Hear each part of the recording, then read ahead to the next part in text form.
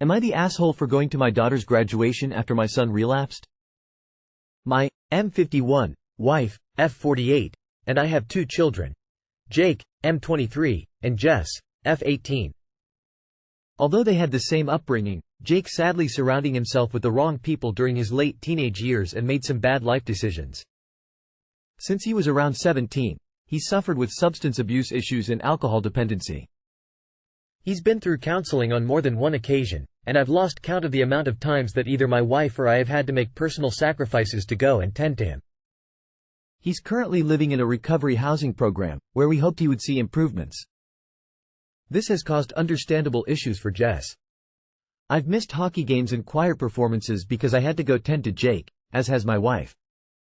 We try and make it up to her at the time, but I don't think missing important milestones really makes up for it. It's heartbreaking for me personally. Jake has been doing better lately, and he hasn't had any relapses or issues for the past few months. Jess' graduation was the other day, and my wife and I had tickets and couldn't wait. She's off to college, graduating with a great GPA, and we're really proud of her. However, only a couple of hours before the graduation, we received a call from the staff at Jake's housing program, who said that he had a relapse incident and was in a really bad way. My wife was hysterical and immediately started telling me we had to go there and help. I refused.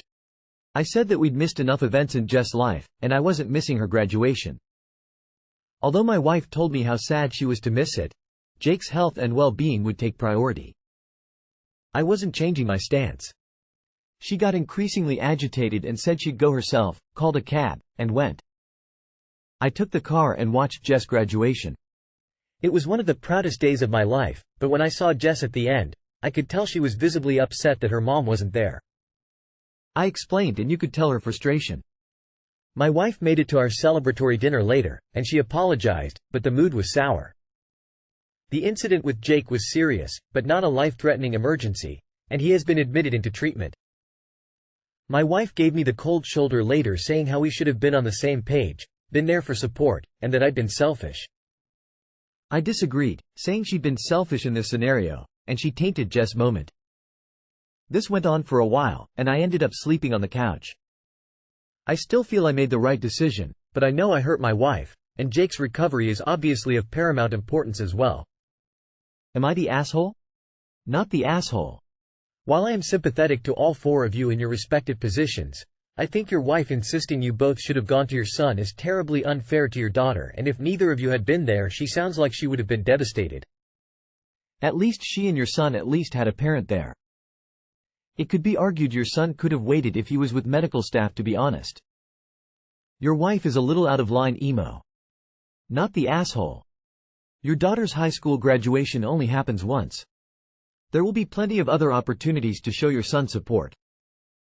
I am a bit confused as to why your wife felt you both needed to see your son urgently. He was at a recovery house and presumably being watched. Why did you two need to be there immediately instead of the next day? Not the asshole. I'm assuming Jake knew when his sister's graduation was. His relapse may have been on purpose. As with a lot of users, they take what they want to hell with everyone else. Jess has been on the losing end of this for the last few YRS.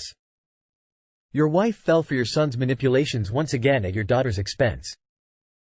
Too bad your wife can't see she's about to lose Jess because she had to race to Jake, like she had numerous times before, and not spend 1 or 2 damn hours celebrating her for a change. I'm glad you stuck around for your daughter. And yes, unfortunately my family has had to deal with a family member with a drug issue. I finally had to wipe my hands and walk away. She doesn't want help, and now I no longer want to help her. I concentrate all my efforts on her kids. No one was supposed to go running just because he relapsed. He also knew it was his sibling's graduation. Relapsing doesn't require even a visit when he's already in a program. You say, okay, thanks for letting us know, and go about your life. What was the purpose of dropping everything and running there? What did that accomplish other than giving him more reasons to continue to relapse for attention? That's not support. Support is showing up for therapy or hospitals. Working through stuff. Sounds like your wife is an enabler. My sister used to have episodes before every single event that celebrated me. In her mind, my successes exposed her failures. I absolutely blamed my mom for enabling this. Not the asshole. Not the asshole, your son is an addict. Addicts break your heart. Until he hits rock bottom, he's not going to change. I don't know you. I don't know your family, but in my limited experience with this issue, sometimes parents develop a codependency with their addicted children. Their child's addiction controls their lives and emotions. Although my wife told me how sad she was to miss it, Jake's health and well-being would take priority. You and your wife need counseling. While I think it's wonderful you prioritized one milestone moment in your daughter's life, the damage to your relationship with your daughter has been done. At some point your daughter is going to walk away and wash her hands of both of you if you don't get help and try to repair your relationship with your daughter. Am I the asshole for making it clear to my sister that my son won't be helping her with stuff? My 8-year-old son has dyspraxia, which is a neurological condition that affects coordination and movement, for anyone who has never heard of it before. He struggles not to drop or break things, doesn't have good eye-hand coordination. He has always appeared clumsy, and while he does his very best to be careful and to take good care of things, he can't always prevent accidents, breakages or spillages from happening. This is something my sister has expressed frustration about over the years. He was the type of toddler, and now kid, who will be eating or drinking something and it falls to the floor or he knocks stuff over without meaning to because he's reaching for something else.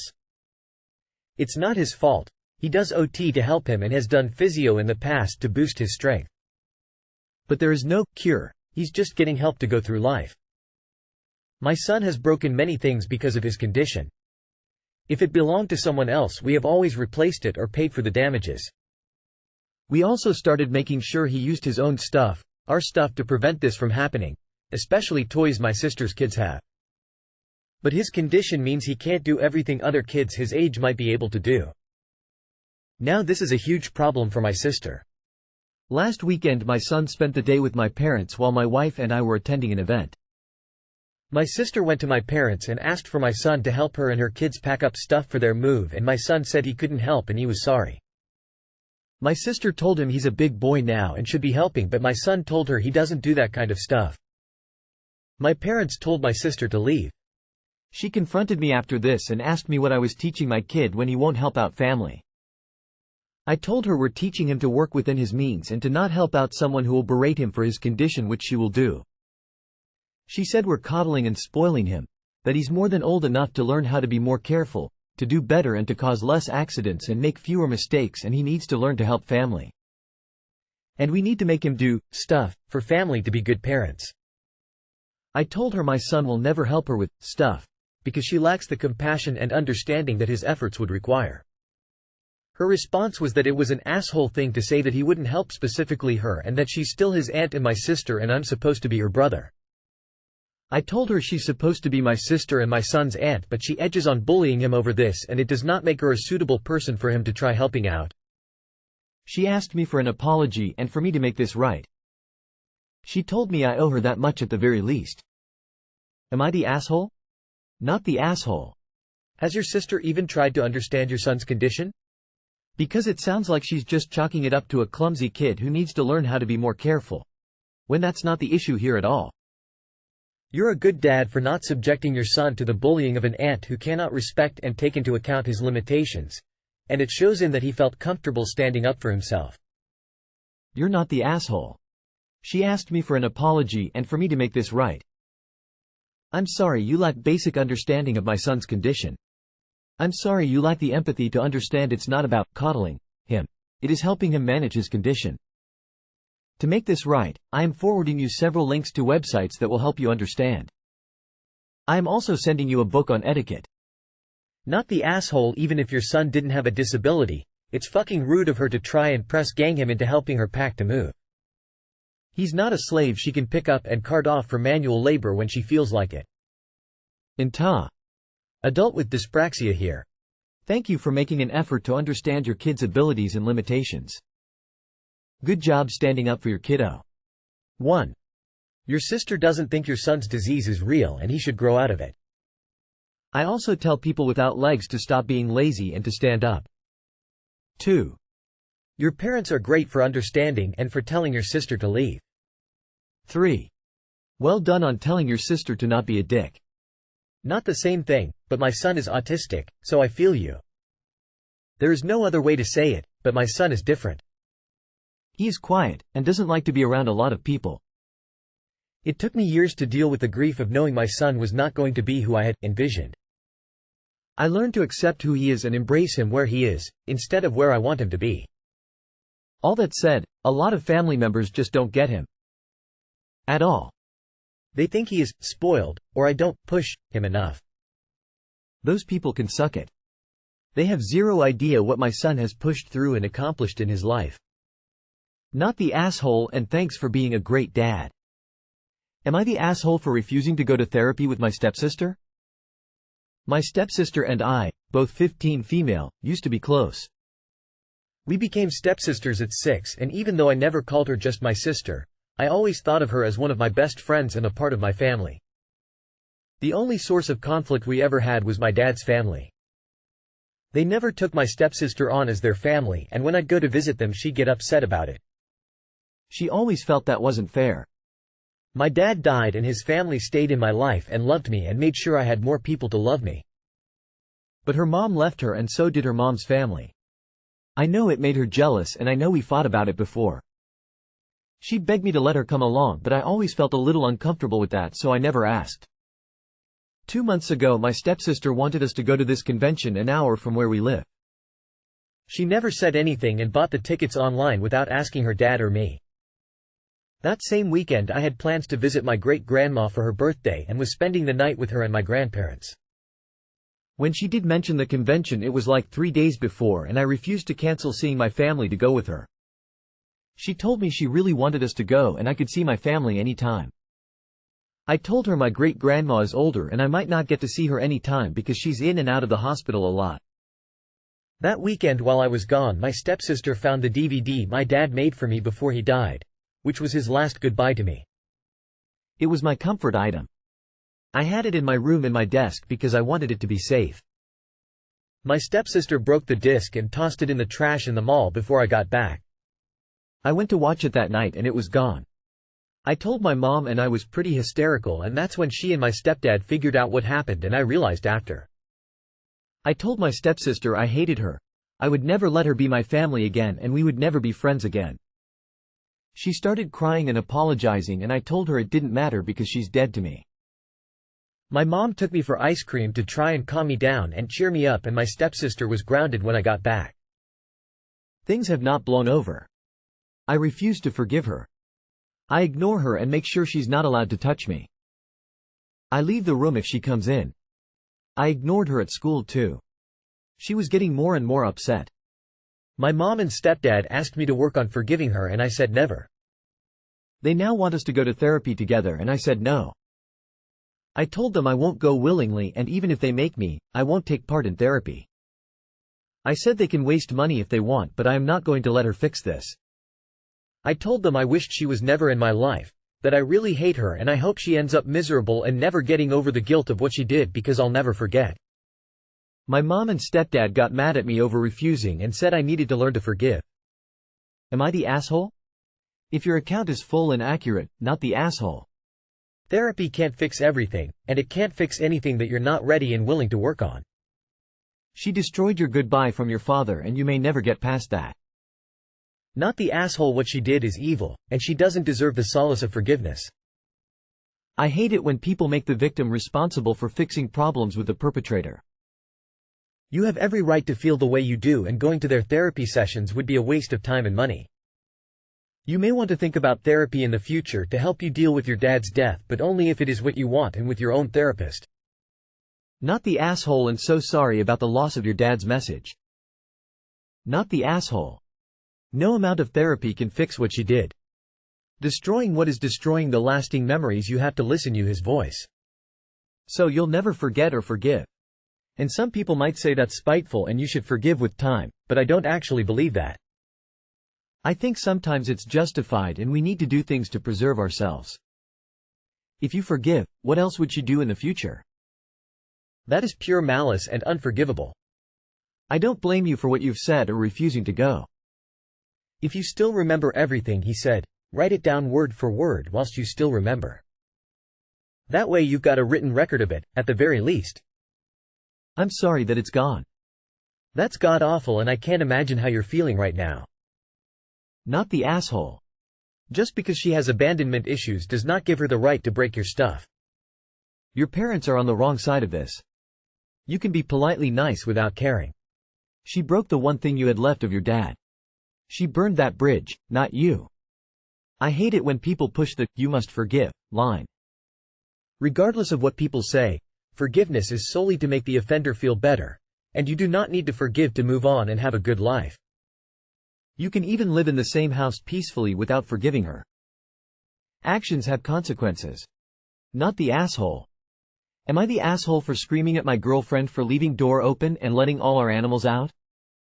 Am I the asshole? So we had a great morning. I was laying in bed and I get up to grab something and I see the door wide open. We live on third-floor apartment for some context. We have 2 cats and a dog, and the dog was on porch barking and cats were nowhere to be found. I started yelling for her and she didn't respond, so I start freaking out and searching for the cats while yelling for her to come help. I find one cat under stairs in our driveway within a minute, but couldn't find the other cat. I go up on porch and start screaming for her with no response still. She was upstairs changing and came down. The cat was only in driveway and I screamed at her learn to shut the door because this is the second time in a week she has left it open and the animals have gotten out. She acted like it was no big deal and that I was crazy for being upset about it. But it's not like we live in a residential neighborhood. We live right off an extremely busy main road where cars constantly go 45–50 miles per hour. The bottom of stairs are only 10 feet from the road. For some background, I have extreme OCD about doors being closed and locked. I will leave the house and turn back around to make sure they are all locked if I didn't triple check them. It's not healthy and is annoying sometimes, but I genuinely feel like I'm having a panic attack if I don't know if they are 100% locked and closed. Our first fight, 4 years ago, was because she left the outdoor gate open and let my first dog outside accidentally and he almost got out. I feel bad and I hate that I screamed at her, but my biggest fear is our animals getting out because of the main road and other variables that could happen. I apologized after I calmed down, but she's still upset with me and won't come home. Am I the asshole? Edited. Broke up my stress typing wall of text into smaller readable sections. Not the asshole. Why is the reason she left the door open in first place if she planned to go to upstairs to change? So many things come to my mind. Is she doing it on purpose because she doesn't like the pets that much? Because clearly for her is not a big deal if they got hit by a car or get scared for being outside and get lost. What about if a stranger enters to your house in that moment? And even considering that you genuinely got scared for her safety when she doesn't respond and she doesn't seem to care for your anxiety about doors. Find someone else who cares for you and your pets. Not the asshole she's let the animals escape into the neighborhood twice in a week. I'm shocked how casually she's behaved about this. It feels like a lack of responsibility or empathy.